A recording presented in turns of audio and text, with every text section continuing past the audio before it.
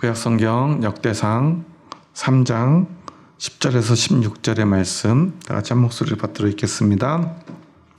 솔로몬의 아들은 르호보암이요 그의 아들은 아비야요 그의 아들은 아사요 그의 아들은 여호사밧이요 그의 아들은 요람이요 그의 아들은 아하시야요 그의 아들은 요아스요 그의 아들은 아마샤요 그의 아들은 아사랴요 그의 아들은 요담이요 그들의 아들은 아하스요 그의 아들은 히스기야요 그의 아들은 므낫세요 그의 아들은 아몬이요 그의 아들은 요시야이며 요시야의 아들들은 맏아들 요하난과 둘째 여호야김과 셋째 시드기야와 넷째 살룸이요 여호야김의 아들들은 그의 아들 여고냐 그의 아들 시드기야요. 아멘.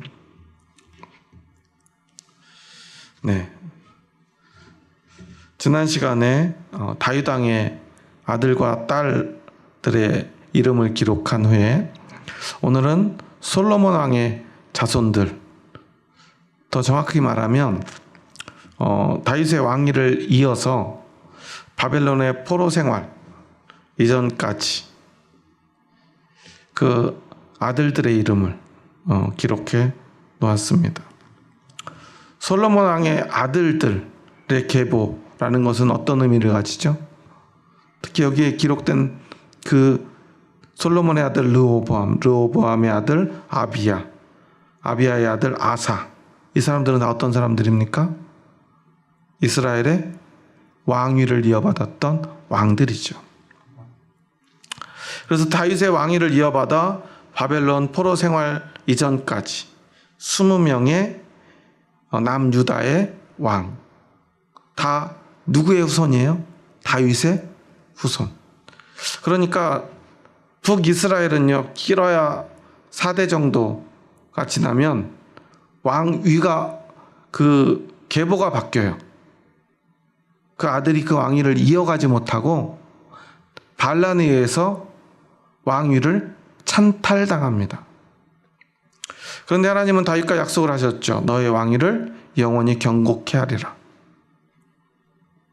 그래서 솔로몬에서부터 시작된 그 다윗 왕의 후손들이 계속해서 그 아들들에게 왕위를 물려줍니다. 그런데 사실 거기에는 한 가지 오류가 있긴 해요. 여기에는 기록되지 않았지만 아하시야 왕과 요아스 사이에 실제로는 여기 기록되지 않은 왕이 한 명이 더 있죠. 혹시 누군지 기억나시나요? 아달랴라고 하는 여왕이죠.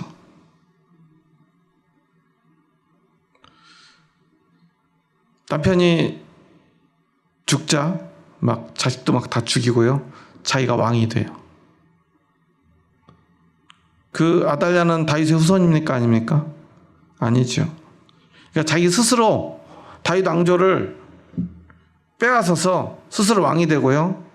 심지어 자기 자식들까지 싹 다 죽이고 자기가 이제는 이 나라, 다윗 왕조의 나라, 이 남유다의 왕이 되어서 이제 또 다른 자신의 자손이든 뭐 어떤 방식으로든 이제 그 모든 왕위를 이제 다 왕의 계보를 끊어버리고 스스로 왕이 되려고 했던 사람이에요. 근데 다 죽인 줄 알았는데 한 명이 살아서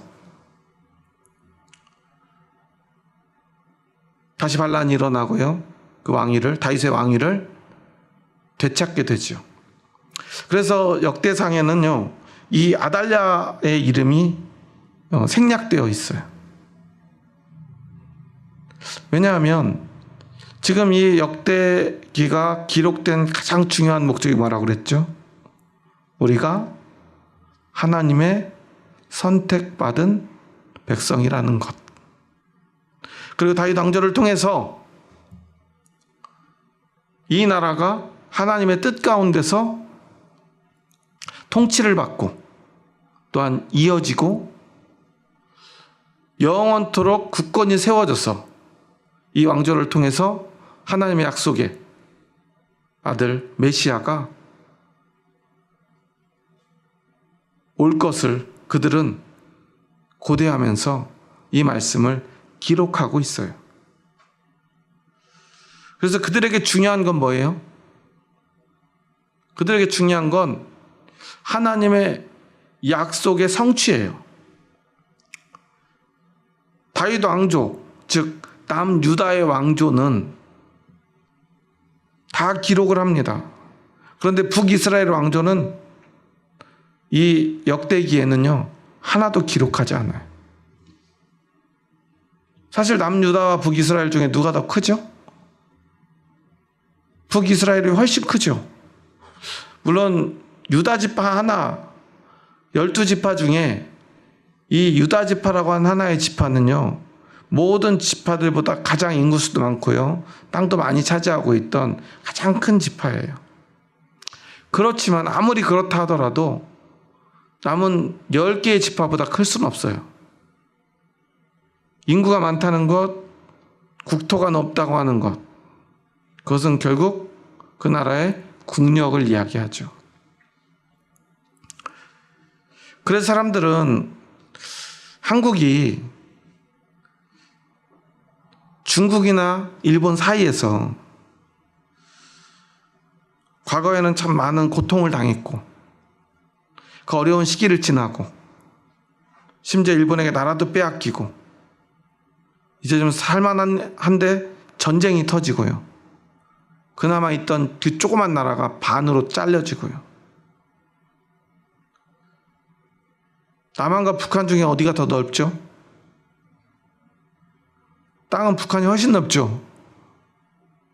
원래 남한과 북한 어디가 더 잘 살았죠? 북한이 더 잘 살았죠. 국력도 더 세고요. 지금은 비교할 수 없죠. 최소 10배. 수치적으로 10배 정도 되는지 모르겠지만 실제로는 수백 배라고 해도 틀리지 않을 거예요. 국민들의 삶을 놓고 보자면요. 그리고 세계에서 가장 고도화된 나라. 우리는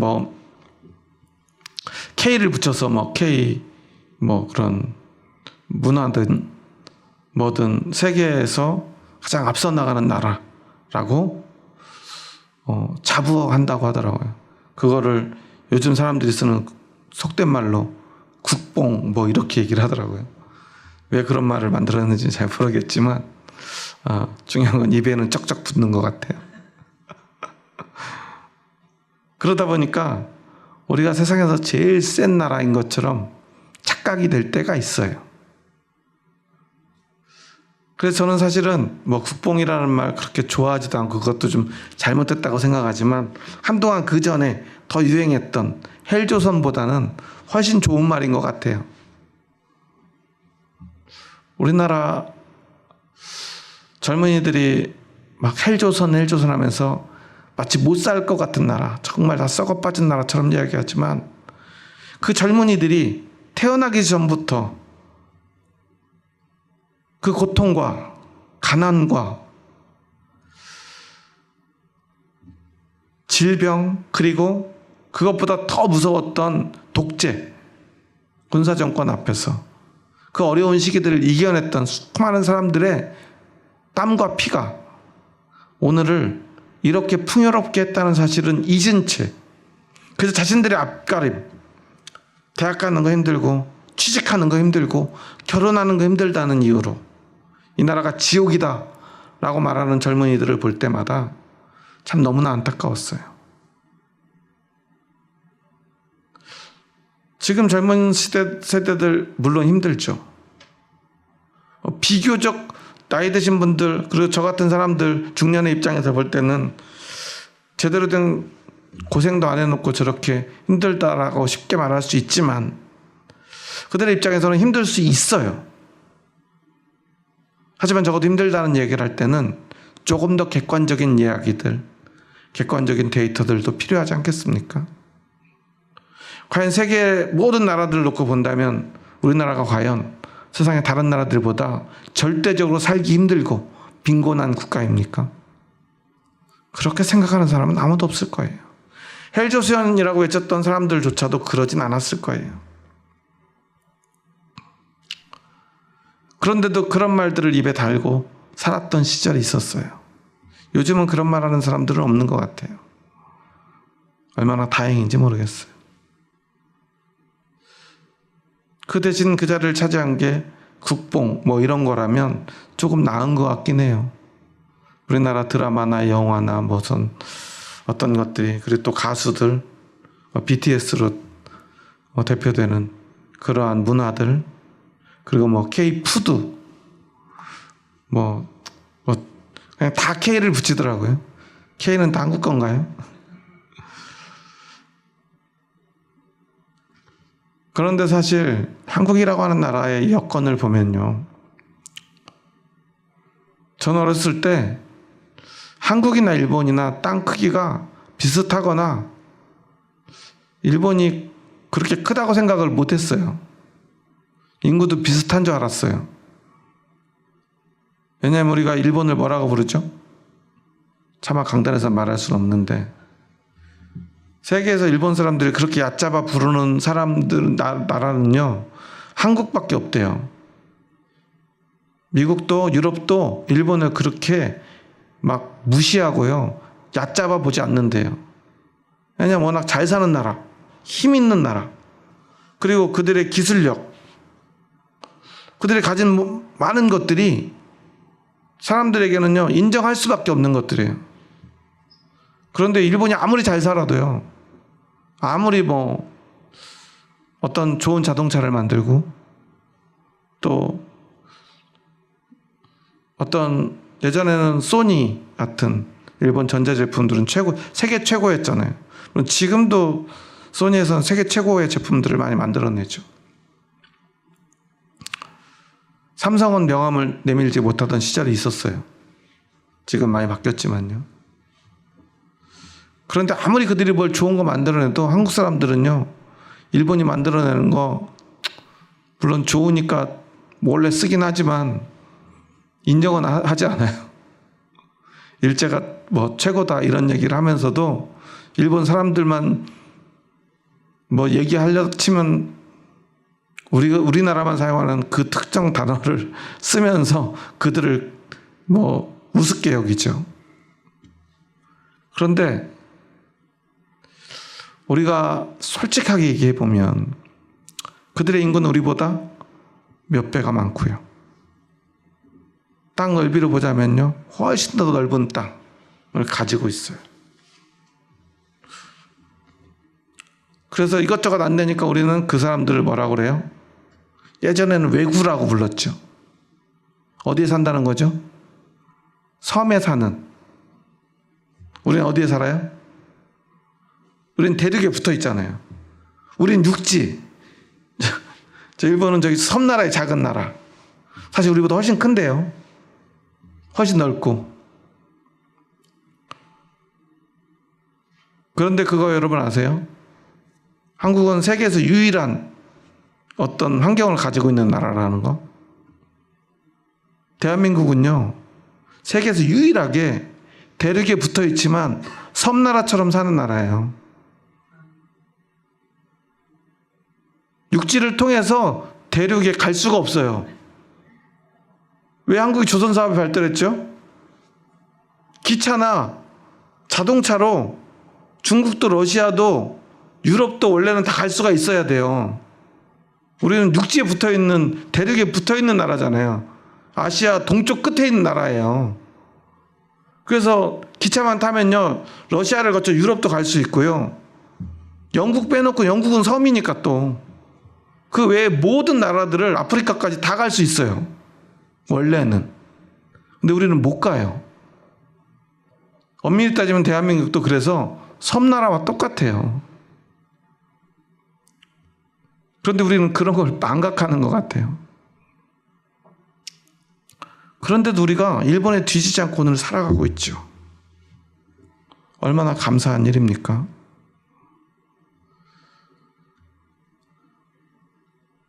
우리는요, 사실은 그렇게 잘 살 수 있는 환경이 안 되는 나라예요. 가난할 수밖에 없고요. 잘 살기는 사실은 모든 환경이 다 가로막고 있어서 이렇게 잘 살기는 글렀던 나라였어요. 잘 살 수가 없는 나라였어요. 그런데 오늘 한국을 잘 모르던 사람들이 수십 년 전에 한국의 모습을 기억했다가 오늘 한국에 오면 어떠죠? 깜짝 놀란다고 그래요. 예전에 한 미국 유튜버가 중국에 갔다가 일본에 가니까 와, 역시 다르구나. 중국에서 막 계속 인상을 쓰고 있어요. 막 화가 나 있어요. 막 모든 게 막 마음에 안 들어요.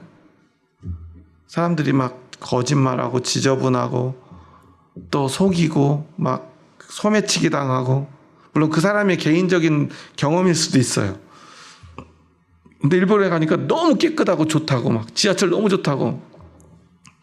그러다가 한국에를 그냥 중국, 일본 가고 바로 가려다가 한국에도 한번 온 김에 들렸다가 가려고 왔다가 지하철을 타더니 깜짝 놀라더라고요.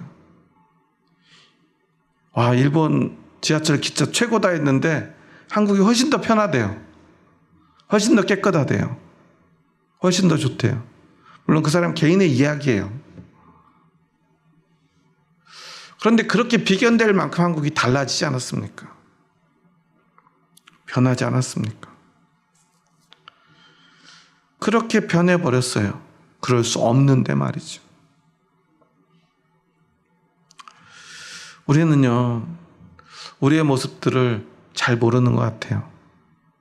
잘 모르면요, 우리가 착각을 하며 살아가요. 우리가 사실은 어떻게 우리가 가진 이 적은 인구와 좁은 땅덩어리로 또 열악한 경제 환경으로 일본을 이길 수 있겠습니까?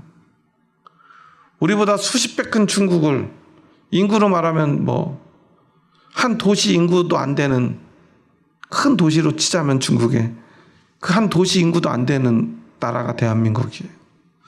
우리는 중국을 우습게 보지만 중국이야말로 한국을 우습게 봐요. 우리는 일본을 우습게 보지만 일본이야말로 한국을 우습게 봐요. 여건상으로 보자면, 인구로 보자면, 영토로 보자면 우리는 그들을 우습게 볼 수 없어요.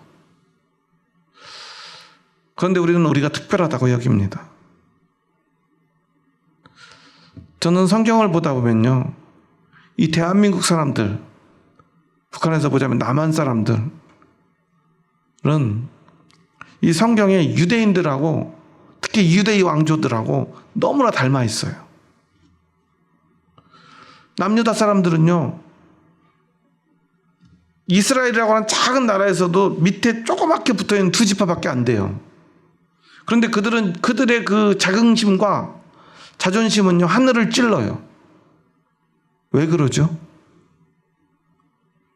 우리는 우리의 K 문화, K 푸드, K 이런 걸 가지고 자부심을 갖지만 유대인들은 그런 게 아니에요. 유대인들의 자부심은요, 우리가 땅이 아무리 좁아도 우리에게는 뭐가 있어요? 하나님의 성전이 있어요. 하나님의 약속이 있어요. 하나님의 말씀이 있어요. 우리는 하나님의 백성이고요, 하나님의 약속의 민족이에요. 하나님께 선택된 민족이에요.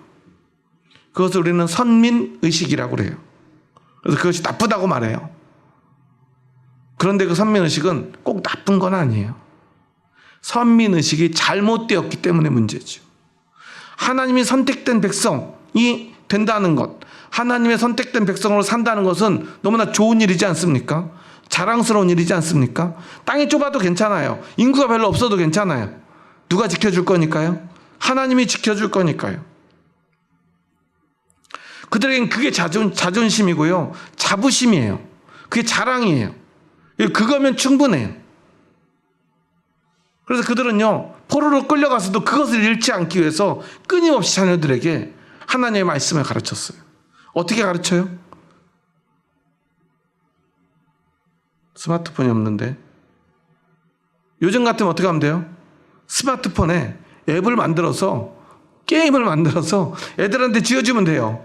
요즘 우리 교회 아이들도 어때요? 밥 먹을 때 애들이 너무 조용하면 우리는 이미 알고 있잖아요. 애들이 뭘 하고 있다는 걸. 애들이 갑자기 말을 잘 들으면 애들이 뭘 하고 있는지 다 알고 있잖아요. 애들 손에 다 스마트폰 하나 들고 있죠. 근데 그때는 그런 게 없었잖아요. 책이 있어요? 없어요. 아무것도 없어요. 그런데 어떻게 가르칩니까? 성경을 아예 통째로 외우게 해요. 태어나면서부터 성인이 될 때까지 모세오경을요 통째로 외우게 해요. 말씀을 가르쳐요. 말씀을 모르면 안 돼요. 왜 안 돼요? 하나님의 약속의 백성인데, 하나님의 선택된 백성인데, 그 증거는 뭐밖에 없어요? 그 말씀밖에 없어요. 그들이 이렇게 할례를 중요하게 여기는 이유도 그 말씀이 그들에게 할례를 가르쳤기 때문이에요. 그들은 그 자부심으로 살아가요. 그래서 그것을 오늘 기록하고 있어요. 여기에는 20명의 왕의 이름이 있어요. 근데 20명 중에서 그나마 다윗을 따른 왕, 다윗의 길을 따라간 왕, 그런 사람들을 우리는 어떤 왕이라고 부르냐면 비교적 선한 왕이라고 이야기를 해요. 어떤 왕들이 있습니까? 아사 왕이 있고요, 여호사밧 왕이 있고요, 요아스가 있습니다. 물론 요아스 왕도 나중에는 잘못을 해요. 그래도 비교적 좋은 일도 해요. 하나님의 말씀을 따라가려고 했던 시간들이 꽤 길게 있어요. 아마샤 왕도 그렇고요, 요담도 그렇고, 히스기야, 요시야 왕. 물론 우리가 잘 기억하는 왕은 뭐 히스기야, 요시야 정도이지만 이 정도 한 7명 정도의 왕이 그나마 선한 왕이에요. 하지만 그들도 다 중간중간 아니면 마지막에 잘못을 합니다. 실수를 합니다. 죄를 짓습니다. 그래도 이들은요 비교적 다윗의 길을 따랐던 왕이에요. 그런데 더 많은 왕 르호보암, 누구의 아들이죠? 솔로몬의 아들. 결국 남북을 분단시킨 원흉이죠. 철없는 르호보암 왕으로부터 남유다가 아주 조그맣게 잘려나가게 돼요. 그렇지만 그들은요 괜찮았어요. 왜? 예루살렘이 있으니까. 하나님의 약속이 있으니까. 북이스라엘이 아니라 우리가 선택된 하나님의 그 적통을 이어가니까. 다윗의 왕조니까. 그리고 그의 아들들인 뭐 아비야, 요람, 아하시야, 아사랴, 아하스, 므낫세, 아몬, 여호야김, 여호야킨, 그리고 마지막 왕인 시드기야까지 다윗의 길을 따르지 않았던 악한 왕들이에요. 그들의 악행을 다 다혈하면요 말로 다 할 수 없을 거예요. 북이스라엘 왕조에 비하면 북이스라엘에는 선한 왕이 있었나요? 기억나는 왕이 있나요? 한 명도 없어요. 그렇다고 남유다의 왕조가 그래도 남유다는 뭐 아사 왕도 있고 히스기야도 있고 여호사밧도 있네. 요시야 왕은 그래도 개혁을 하고 히스기야는 막 기도도 열심히 한 왕이고 그걸로 적도 물리치고. 그렇지만 조금 선한 왕이 몇 명 있었을지 몰라도 악한 왕이 더 많았고요. 선한 왕들조차도 그들이 잘못한 모습들이 다 남겨져 있어요. 그들의 선함과 그들의 의로움과 그들의 헌신과 성실함으로 하나님의 나라를 지켜낸 건 아니에요. 여기에서 가장 중요한 것은 무엇입니까? 하나님의 약속이죠. 누구와 약속했죠? 다윗과 약속을 했어요. 다윗도 완전히 선한 왕은 아니지만 그는 끝까지 부족해도 자신의 잘못을 할 때, 실수할 때는 그 잘못과 실수를 하나님 앞에 다시 한번 인정하고 회개하고 돌이켜서 하나님 앞에 다시 나오고 또 나오고 그의 마음을 끝까지 하나님께로 향했던 왕이기에 하나님은 그 다윗과 약속을 합니다. 물론 솔로몬에게도 지혜도 주시고 그 왕위를 영원토록 지켜주시겠다고 약속했지만 다윗과는 또한 다른 모습입니다. 결국 하나님의 나라가 온전히 세워질 수 있는 것, 하나님의 약속이 성취될 수 있는 것은 하나님이 그것을 약속했기 때문이라는 거예요. 그들이 이 아달랴 여왕이라고 하는 그 부끄러운 이름을 지워버렸지만 그렇다고 해서 그 역사가 사라지는 것은 아닙니다. 하지만 그들은 그럼에도 불구하고 그 아달랴 여왕의 이름을 지우고요, 그 약속의 이름들을 나열해요. 왜 그렇습니까? 하나님의 약속이 그곳에 있기 때문이에요. 모두 자랑스러운 왕들의 이름은 아닐지라도 그 이름을 통해서, 그 이름들을 통해서, 그 이름들이 이어지면서 그 부족하고 때로는 악할지라도 그들을 통해서 무엇이 이루어집니까? 하나님의 약속이 성취되어 가고 있음을, 그리고 오늘까지 성취되어 왔음을, 그리고 앞으로 성취되어 갈 것임을 그들은 고백하는 거예요. 우리의 신앙도 마찬가지입니다. 여러분, 오늘 우리의 삶이 부족할지라도 여러분 낙심하지 마십시오.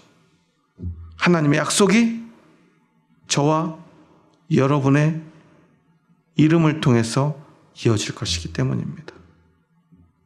우리 자녀들에게, 우리 형제들에게, 우리 이웃들에게 우리 이름을 통해서 하나님의 약속이 이루어질 거예요. 우리는 그것을 믿고요, 그것을 자랑스러워하는 사람들입니다. 이것이 바로 믿음이고요, 이것이 신앙입니다. 이것이 하나님 나라 백성의 태도입니다. 하나님을 두려워하는 사람들의 믿음의 고백입니다. 여러분, 오늘 무엇을 자랑스러워 하십니까? 내가 열심히 해서 돈 많이 번 건가요? 열심히 노력해서 좋은 직장에 취직하고 합격한 것입니까? 물론 우리가 어떤 일에 성공하고 나면 그것이 자랑스럽죠. 여러분들 자녀들이 학교에서 상장 받아오면 어떡하시죠? 받았다가 버리시나요? 버려요, 안 버려요? 어딘가에는 특히나 받아오는 그날 어때요? 이걸 잘 보관하죠. 왜 그러죠? 이게 얘가 이 상장을 받아온다고 별거 아닌가 싶지만 어때요? 상장, 뭐가 됐든 상장을 받아오면 기분이 좋아요, 안 좋아요? 좋지요. 자랑스럽죠. 저도 저희 딸이 초등학교 때는 상장을 꽤 받아왔어요. 아주 딸이 공부를 잘하는 줄 알았어요. 그런데 어차피 시험을 보거나 옛날처럼 그런 게 아니더라고요. 상장을 자세히 보면 상장 이름들이 좀 특이해요. 뭘 잘했다는데 굉장히 구체적이고요. 이런 것까지 상을 준다고 하는 것들도 많아요. 그런데도요, 상장을 받아오면 기분이 좋아요. 그리고 이렇게 액자도 만들어 놓고 어디 철에서 넣어놓기도 하고 그렇게 보관했던 기억이 나요. 집사님 말대로 어딘가에 지금도 거의 잘 모셔져 있어요. 가끔 청소하다 이렇게 한번 보면요, 하나가 딱 눈에 띄면요 계속 찾아봐요. 와, 이런 것도 받았구나. 성공은 우리에게 너무 좋은 거죠. 좋은 기억이고요. 하지만 우리에겐 결코 성공이 전부일 수 없어요. 우리에게 진짜 중요하고도 진짜 자랑스러운 것은 하나님의 말씀이고 하나님의 약속의 징표들입니다. 그래서 그들은, 이 이스라엘 사람들은요, 그렇게도 할례에 목을 매달았던 거예요. 그 상처가 그들의 징표니까요. 하나님의 언약의 징표, 약속의 징표니까요. 바울은요, 그것을 끝없이 부정하고 거절하고 그것을 바꾸려고 노력했어요. 할례가 잘못되었기 때문입니까? 아니에요. 할례는 자랑스러운 것이었어요.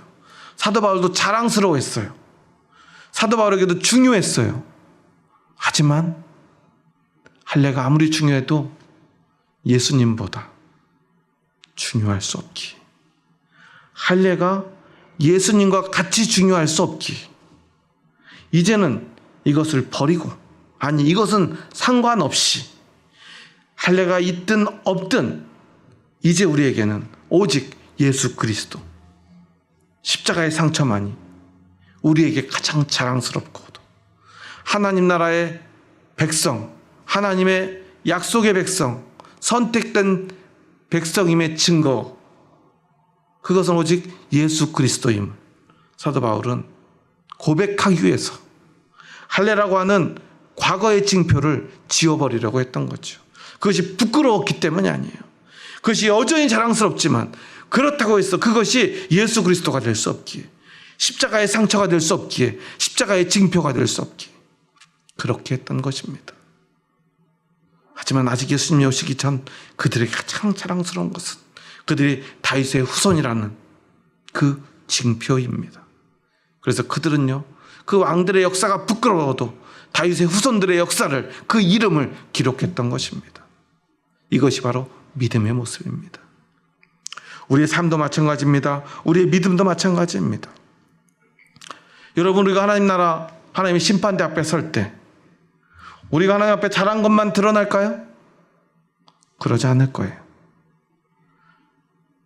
하나님 앞에서는요, 우리의 부끄러운 역사도 다 드러날 거예요. 우리가 지은 죄들도 다 드러날 거예요. 하지만 우리가 하나님의 선택된 백성임이 증거되고 증언될 때, 예수 그리스도 어린 양의 피로 나의 이름이 그 생명책에 새겨졌음이 드러날 때, 우리의 부끄럽고도 때로는 잘못한 그 모든 이름과 그 모든 순간까지도 하나님 앞에서 거룩하고도 아름다운 역사로 선포될 것을 저는 믿습니다. 우리가 부족해도요, 예수 그리스도와 함께하는 부족한 삶은요, 거룩하고 아름다운 삶이 될 것입니다. 우리가 더 성실하고 더 열심히 하지 못했어도 그 순간에 예수님과 함께 했다면, 예수 그리스도의 그 피로 새겨진 그 이름으로 그 시간을 보냈다면, 그 모든 시간들은요, 하나님 앞에서 자랑스럽고도 아름다운 시간들로 기억될 것입니다.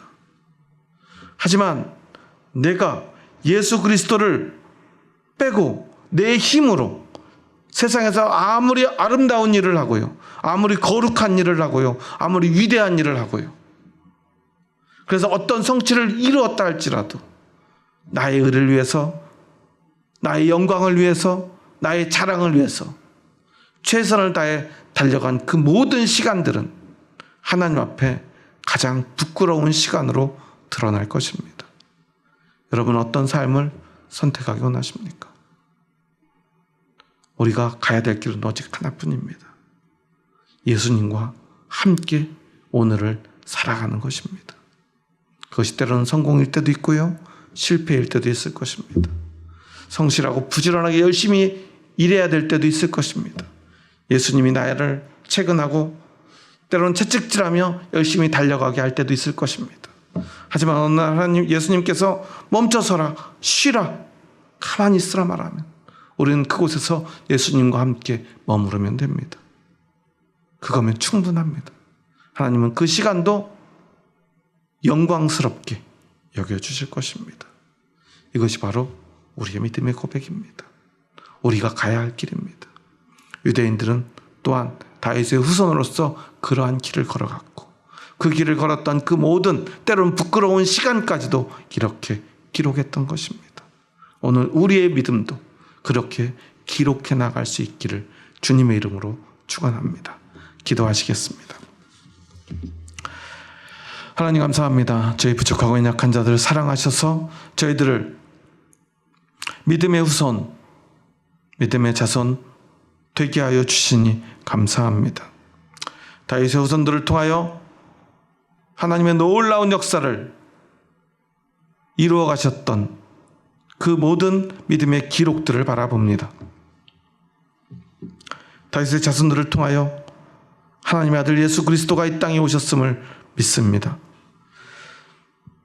아직 예수님을 보지 못한 포로로 끌려갔던 유대인들은 다윗의 후손에서 그들의 구원자 메시아가 반드시 올 것을 믿었습니다. 그래서 그들은 아직 예수님이 오시지 않았지만 그들이 다윗의 후손인 것을 기록하고 남겨 자랑스러워했습니다. 그리고 어떤 어려움과 고난이라도 이겨내며 끝끝내 그 믿음을 지켜내기 원했습니다. 오늘 우리의 믿음의 길, 그것도 오직 하나님의 약속을 믿으며 때로는 부끄럽고 부족할지라도 우리 구원자이신 예수 그리스도 믿는 그 믿음으로 예수님과 함께하는 시간이라면, 예수님의 이름이 새겨진 시간이라면 그 시간은 너무나 고귀하고 아름다운 것임을, 하나님께 인정받을 수 있는 시간임을 기억하는 저희들 되게 하여 주시옵소서. 그들이 비록 다윗의 후손이지만, 다윗의 왕조를 이어받았지만 때로는 부끄럽고 참담하기 그지없는 시간을 보낸 왕들도 있었지만, 그 이름들을 통하여 하나님의 약속이 이루어질 것을 믿기에 다윗의 자손이라는 그 이름을 통하여 하나님의 역사하시는 그 역사를 믿기에 그들은 끝끝내 그 믿음을 지키고 믿음을 자랑스러워하며 그 믿음을 걸어갔던 것처럼, 오늘 우리도 예수 그리스도 그 이름을 믿는 자들로, 예수 그리스도 그 이름을 따르는 자들로, 그 이름이 새겨진 나의 삶의 모든 여정들을 자랑스러워하며 기뻐하며 영광스러워하며 하나님께 영광을 돌리는 그 삶을 살아가게 하여 주시옵소서. 내가 잘하고 못하고가 아니라 예수 그리스도의 이름이 새겨진 삶인가를 기억하는 저희들 되게 하여 주시옵소서. 이제는 우리 주 예수 그리스도의 은혜와 하나님의 지극하신 사랑하심과 성령님의 교통하심이 오늘 다윗의 이름으로, 그리고 예수 그리스도의 이름으로 살아가길 원하는 이제 머리 숙인 한 영혼 머리 위에 이제로부터 영원토록 함께 하시기를 간절히 축원하옵나이다. 아멘.